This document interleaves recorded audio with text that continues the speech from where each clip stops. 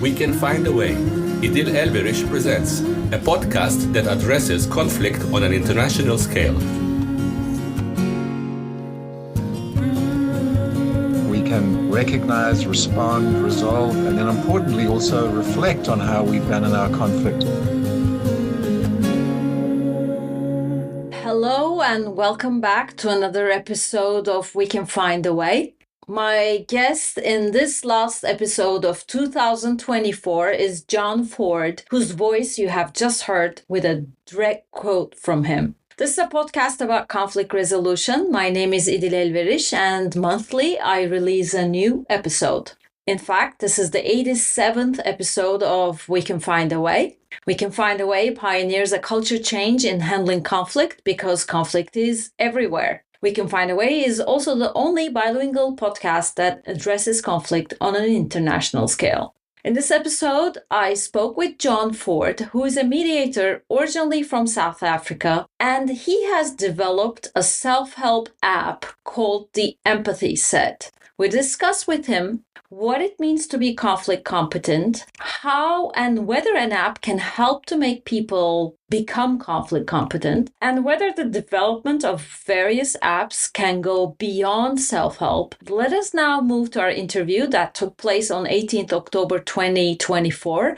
I will share excerpts of John's CV at the end of this episode. Please tell us, what does it mean to be conflict competent, and how does one become conflict competent? I think that's a capacity or an ability that all humans should have. Conflict competence is really talking about that capacity to address the inevitable conflicts that we encounter in our life, depending on what role we play in life. One way to frame it is to say that we should be able to recognize conflict early. We should be able to respond to it in alignment with our highest values, and ultimately, to the extent that emerging conflict gets away from us and maybe escalates and gets more intense and maybe even becomes a dispute, that we're able to resolve it. Sometimes I've heard people saying, ideally, we're able to prevent, manage, and resolve conflict. I also like what I call the 4 R's, that we can recognize, respond, resolve, and then importantly, also reflect on how we've done in our conflict. So I think a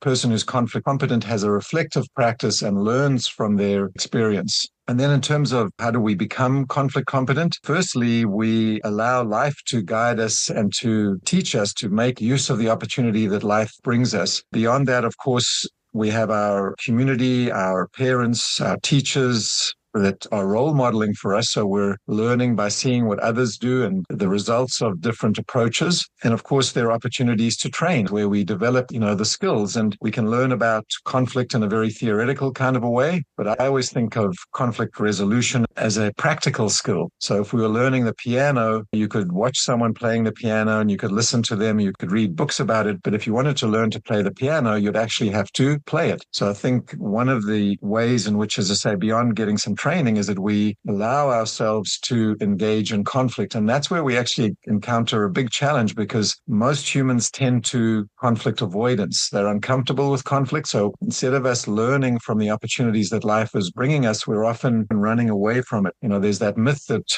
conflict is bad, so it's best to avoid it. They say if we can't avoid it, then fight. And so sometimes that's the script that people are using, and that's a really basic one, and it's not as a sophisticated way to go. But the way that you're going to learn is by actually engaging and being vulnerable in situations in life. On a scale of 1 to 10, what would you rate people around us, this kind of competence, even awareness of all these things? I think that it's 2024. Yes, it's true that the historians tell us that we're still in what's referred to as the long peace after the Second World War. So I still do believe that the arc of humanity is moving towards a more progressive, conscious way of interacting with one another. And yet the truth of the matter is, as has become apparent, I think, through our ability to share information with one another as quickly and as effectively as we do, so we sort of know what's going on. But I think we can tell that there's still plenty of international conflicts that are plaguing us at this time. And certainly if we just watch one another in terms of how we see people interacting in the street, or when we're in public transport, when we gather together for family gatherings, feelings and things like that. I would say, sadly, I would give humanity a passing grade at this point, somewhere at a 4 or a 5. The researchers, they say about 50% of the time people are going to move towards avoidance. So that's a problem. Around about 30% of the time we're approaching our conflicts in a competitive way, like it's a fight. So now we're up to 80%, and only about 20% of the time people are truly being collaborative. Although if you ask people, how we look at our life through rose-tinted lenses, people tend to see themselves as being more competent and being more collaborative. But I think if we look at the results of our relationships and the quality of our human experiences, we see that there's a lot of room for improvement. And to me, the undergirding skill of conflict resolution is emotional intelligence. And sadly, that's also an area where I'd also have to give humanity a 4 or a 5. So how do you think the development of various apps that are supposed to help with handling conflict going to affect the conflict resolution field? What I would invite is really to think of the app as a tool. Firstly, we do need tools to support us to engage productively, effectively with conflict resolution. The way I got to develop my app was actually first by developing the physical product, the physical cards, 56 feelings, 56 needs, and then developing the app and making that tool available in a different format. To me, I'd still say what I've been trying to do with the app is stay true to that physical tool that I have experienced as being so helpful. I can honestly say that the physical cards have changed the way that I mediate. Time will tell as to what the success of the app is truly going to be. We've already got feedback from people that they do find it helpful as a way of being prompted to get in touch with both what they're feeling and needing before they go into a difficult conversation, both in respect of themselves, but also being able to hypothesize or guess or sense what the other person may be feeling and needing. The conversation still needs to be had, but sometimes by having tools like that, it can help us to have a more productive, more focused, more respectful conflict resolution conversation and come out with a resolution. Can everyone afford this app or use this app? And I'm particularly concerned about elder people. Please tell us more. My vision is to make the app available to everyone. I think it's common practice nowadays with apps. The app itself is free to download. The way it works is there's a point system. So you're initially given free points to use it. And then if at the end of your points, you have a choice. You can either purchase points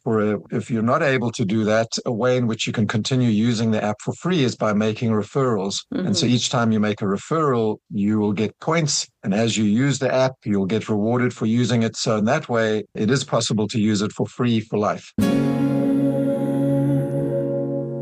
How does the app respond to the needs of different conflict partners? If I may, I'm going to share a little bit about how I've used the physical cards. And then, yes. And again, I'm also on that journey, honestly, of figuring out all the ways of using the app version. For example, just a regular member of society that encounters a conflict situation that's troubling them. And they're thinking, I'd really like to sit down and have a productive conversation with this person that I'm in a relationship with. Mm-hmm. And yet when I've had these conversations in the past, they haven't gone so well. We've both maybe got a little emotionally dysregulated. We've been positional and making demands of one another, and we've parted on worse terms than when we started that conversation. So one way that I know people have already used the cards with success, as I say, is by preparing for the conversation first, getting clear about their feelings and needs. And how long is this preparation? I'm sorry to interrupt. Is it like taking half an hour to write down their feelings into the app? So if they were using the app, I would say it would be maybe take them 5 to 10 minutes to review what's going on in their life. A particular relationship could be prompted. There's a series of prompts of saying, are you feeling angry? Are you feeling jealous? Are you feeling sad? Are you feeling annoyed? Are you feeling irritated? And then as you identify the feelings that apply to you, select them. So the app really makes it easy. The physical cards takes longer, that's for sure. So the app does speed it up. Also, the nice thing with the app is that you can see all of the feelings through a list almost at the same time. You can select to have them arranged thematically so that there's like ones are clustered together. So it sort of helps you. So I wouldn't think it would take much more than somewhere between 5 to 10 minutes for you to review a particular situation, both for yourself in terms of what you're feeling and needing and what that other person is feeling and needing. There are also additional tools on the app, for example, to create I statements, to start practicing I statements. And, I know a lot of times people are a little resistant to I statement formulas. They worry that the person they're having the conversation with will say, hey, don't start this therapy talk with me now. There is real power to an I statement. And to me, being able to express what we're feeling, what we're needing, make requests, be observational are all important communication elements that the app is actually supporting us to get in touch with. So when we have that conversation, we're more productive. And if we've maybe written out a couple of sample I statements so that when we're in that conversation, we're prepared. There's a great quote that I love. It unfortunately has a militaristic sort of setting, but it was by Eisenhower. And he said, in preparing for battle, I found plans useless. And then he hesitated a little bit and then he said, but planning indispensable. So to me, that's exactly what the app does. It sort of sets you up. It gives you that agility to respond to that unpredictable conversation that you're going to have, because you never really know which way it's going to turn. But if you've done your homework and you've given thought to what am I feeling? What am I needing? What are they feeling? What are they needing? You're just setting yourself up for success. So it's a self-help tool. I can't really imagine you and I being in dispute and then working on our app, you on your corner, me on my corner, and then spending 10 minutes and then need you to stop because I feel angry or violated each time you do X, Y, and Z, and I need this to happen, kind of. Like,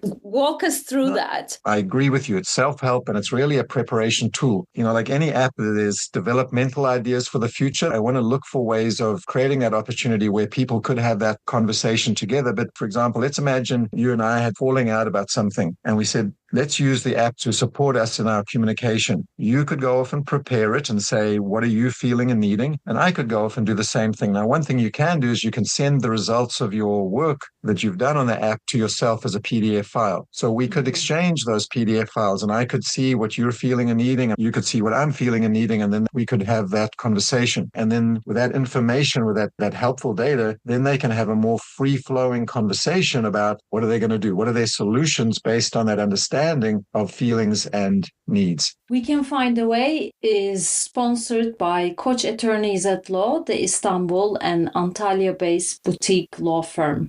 Founding partners of Koç Attorneys at Law are staunch believers of using dialogue and finding common ground to resolve conflicts.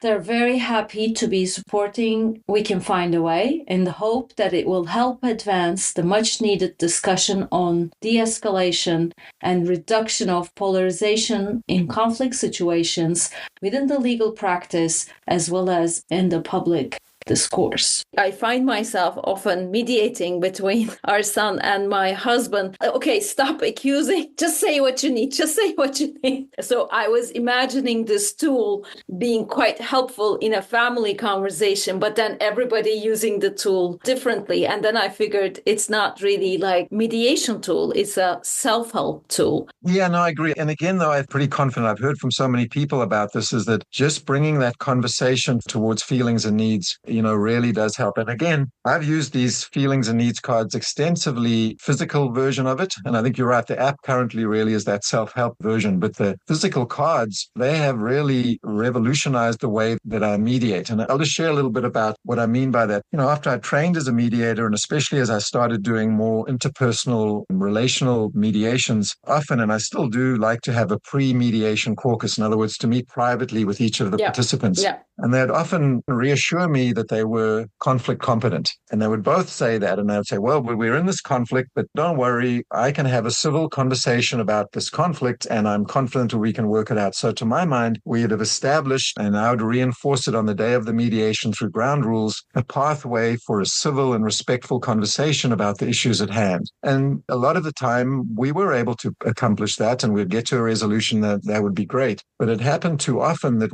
we'd start off well, they'd be walking on this path of civility, and then one of them would get triggered and then they would say something, and then the other one would react, and I'd be, hey, what about those ground rules? And I'd be trying to coach and encourage and bring them back to that civility. Sometimes I was successful, but sometimes I wasn't. And I didn't feel good as the mediator that it seemed to get out of my hands. Once I started using the cards and using them in a more structured way. So now when I mediate, especially, as I say, for relational disputes, it's just part of the structure of my mediation. So at the second mediation session, we have a dedicated conversation between the two participants to discover their feelings and needs. And so I give each person a short opportunity to say, share in a nutshell how you've been impacted by this conflict. And at the end of that, we identify using the cards what that person is feeling and needing. And I do that in partnership with the other person in that conflict. We both work to identify, say, person A's feelings and needs. And then we do the same with the other person, person B, their feelings and needs. And what I've found consistently with feelings and needs cards, it enables them to talk about those difficult things without doing damage, without making the situation worse or escalating things or leading them to being even more angry with one another than they were in the past. So the physical cards, definitely they are a self-help tool, and I would say they are a friend of both working with classic mediation between two people, but also I've done a lot of work with teams. You're raising the conflict competence levels of these parties. And once they realize it works, they will also seek to apply them in other spheres of their lives. You are actually trying to help them handle disputes also in other spheres. When I first got the cards, I started using them in a training setting. And that was when I started observing. I could see that there was something transformational. It was hard to bottle what was going on, but I could see something was going on. And then I was doing a mediation for a school district with a team. I was speaking to the director of HR and I said to her, I've got these feelings and needs cards and I think they may be helpful. But I was a little nervous about using them. Well, she was a therapist in her earlier life, and she said to me, in therapy, when we're talking with children, we'll sometimes give them what she called an object of distraction. So she said, like, if you're talking to a little child, you may give them the teddy bear, and while they're playing with the teddy bear, you ask them the question. So she encouraged me. I used them, and I witnessed that transformational effect. It was really, really helpful. The next sort of assignment that I was working on involved the general counsel. The general counsel had a team of 8 attorneys, and there were 170 attorneys in the legal department that reported into them. And I studied law, so I've practiced law, so I'm not per se intimidated by the legal profession like I think sometimes folks are, but I still remember walking to that meeting thinking, I'm not sure how this is going to play out. But we sat around the table, the general counsel and his 8 attorney leaders, and the focus was how they were getting along as a team. They had difficulties, and each person around that table was given an opportunity of sharing the nutshell of how they were impacted by being on that team. Balance of the team, me included, worked to help them identify what they were feeling and needing. So sometimes there was the person's nemesis saying, I sense that you were disappointed or whatever it was, but it enabled everyone to have their experience validated, not judged, not debated, not questioned, just to have that validated. It was a game changer. I've worked with in hospital departments, emergency rooms with 100 people, but I've been able to use them successfully, as I say, in helping people to get out and express the truth of their experience without having to rely on their not as well developed communication skills or their lower levels of emotional intelligence. So it's really like an armband when you're learning to swim that helps you. Where does the name come from, this empathy set? Why isn't it, for instance, conflict competence app or self-help conflict app? So that's a great question. There's always a little bit of a story behind these arbitrary things, but I'm a fan of Marshall Rosenberg and his work primarily through his book, Nonviolent Communication. And so he really helped articulate, at least in my mind, that distinction between feelings and needs. Just really understanding those two elements as being so important in the conflict resolution conversation. So having the feelings and needs cards that were inspired by Marshall, and I was thinking like, what am I going to call them? And then I remembered there are any number of times where Marshall Rosenberg would say, when we demonstrate an understanding of another human being's feelings and needs, we're being empathic. So I like that simplicity. If I can just be present to the other person's experience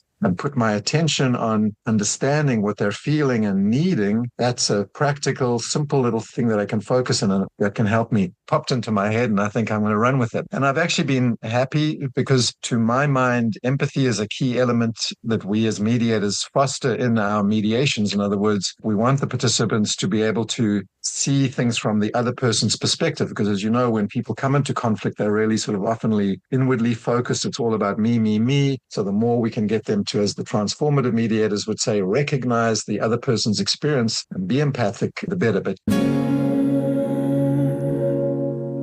I'm assuming from all these things, this is just the beginning for you. I think there might be other apps, tools that may develop in the future according to the needs of the community that you're dealing with, people that you're working with, or people that you're coaching or helping with. Well, you're right. So at this point, I'm happy with the card. So there's a version with just the feeling on it. There's another version that has definitions. I have a little dictionary of 108 feelings and needs. As I say, the app is actually the exciting one for me because it's still, we're at version 3, but I know there are future versions that are waiting down the line. And I'm hoping people will engage and give feedback and help sort of co-create that as the future unfolds. But something I already have developed and making available and I sell are talking sticks. And the talking stick is also another simple little tool that helps. I didn't see that in the app. And you're right, it's not in the app. I signed up. I get emails. They are helpful. They can be sometimes too many. If I didn't open one the day before, there's a today and then there's another day and I couldn't touch them. But then when you sit down and read them one after the other, they make sense. So talking stick was like, is this something I missed? Oh my God. No. So sorry about that. But what you, Idil, are referring to is saying when folks download the app, it sets in motion a series of emails. And that first week, you're right, is intense. There are a lot of emails. My hope is that you put it into a little folder somewhere. So if you need to go back, but it's almost like your user manual and there are videos you can watch. And then after that first intense week, it should go to once a week, just an insightful email that gets you thinking about some or other aspect of empathy. But in terms of the talking stick, one thing I've always been aware of is as a mediator, one of my functions is bringing what I'd call structural balance to the conversation. We don't want there to be a lopsided conversation where someone's dominating the airwaves and doing all of the talking, or even, how important it sometimes is who gets to frame what the conflict's about. One person may frame it one way and the other person may frame it another way. So as mediators, we bring that structural balance. We make sure each person has an opportunity of sharing their perspective and being heard. So to my mind, the talking stick is a simple tool that just helps to clarify who's the speaker and who's the listener. And the simple way in which I encourage people to use it is to say, if you're the speaker, you get to hold on to that and you pass it when you feel that the listener has demonstrated that they've understood what you wanted to say. And at that point, when you say, I feel you've understood me, and I'll just quickly hasten to add, saying, I feel like you've understood me doesn't mean that you've agreed with me, but I get that you've understood me and now I pass it to you. And then that second person has their opportunity of expressing. And then the person who was the first speaker becomes the listener. And then they have that obligation of reciprocating and demonstrating understanding to that other person. So to me, that's again, just like a simple little tool that can help people to be more productive in their inevitable conflict that they will encounter. So to my mind, if you have a talking stick, and you can address and acknowledge feelings that have bothered you from the past. You can identify needs. Solutions are waiting for you. You're well on your way to addressing, nipping the conflict in the bud, getting the learning and the growth opportunities that are embedded in that conflict for your mutual benefit. Thank you very much. Anything you would like to add? I appreciate the opportunity, Idil. If folks want to find any of these tools, I'd encourage them to go to my website, empathyset.com, and then they'll be able to sort of check them out and decide if there's something of use for them. Thank you for this opportunity. You're welcome.